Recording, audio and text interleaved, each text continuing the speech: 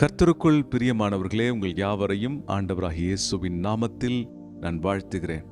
அப்போஸ்தலனாகிய பவுல் ரோமருக்கு எழுதிய நிருபம் 12ஆம் அதிகாரம் 1-2 சொல்லுகிறார், சகோதரரே, தேவனுடைய இரக்கங்களை முன்னிட்டு உங்கள் சரீரங்களை ஜீவ பலியாக நீங்கள் தேவனுக்கு ஒப்புக்கொடுங்கள், இதுவே நீங்கள் செய்யத்தக்க புத்தியுள்ள ஆராதனை என்று சொல்லுகிறார்.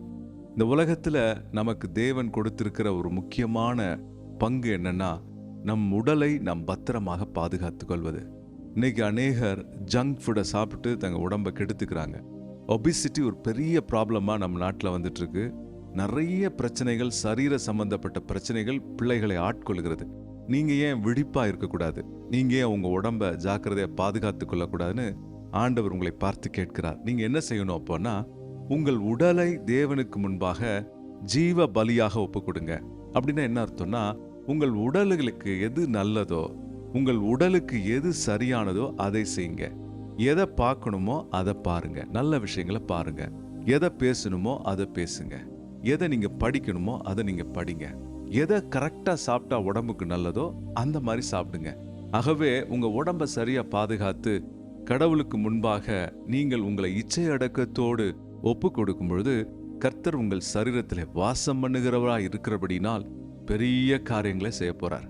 உங்களை கொண்டு அவர் சிறிய காரியங்கள் அல்ல, பெரிய காரியங்களை செய்ய போகிறார். நான் உன்னோடு இருந்து நான் செய்யும் காரியம் பயங்கரமா இருக்கும் என்று ஆண்டவர் சொல்றார். உங்களை கொண்டு பெரிய காரியங்களை செய்ய போறார். உங்களை கொண்டு பெரிய ஸ்டார்ட் அப்பை துவக்க போறார். உங்களை கொண்டு பெரிய பிசினஸ் ஆரம்பிக்க போகிறார்.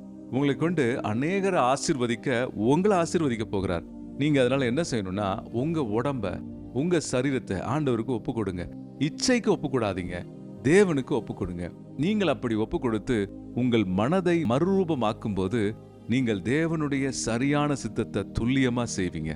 கர்த்தர் அப்படிப்பட்ட கிருபை உங்களுக்கு கொடுக்க போறாரு. Why don't you do that? ஏன் இதை நீங்கள் செய்யக்கூடாது? ஒரு தீர்மானம் எடுங்க. என் வாலிப தங்கையே, வாலிப தம்பியே, எனக்கு அன்பான மகனே, மகளே, நீங்கள் ஒரு தீர்மானம் எடுங்க. உங்களை ஒப்பு கொடுப்பது என்பதும் உங்கள் மனதை மறுரூபப்படுத்துவது என்பதும் என்று ஒப்பு கொடுங்க. பெரிய காரியங்களை பார்க்க போறீங்க.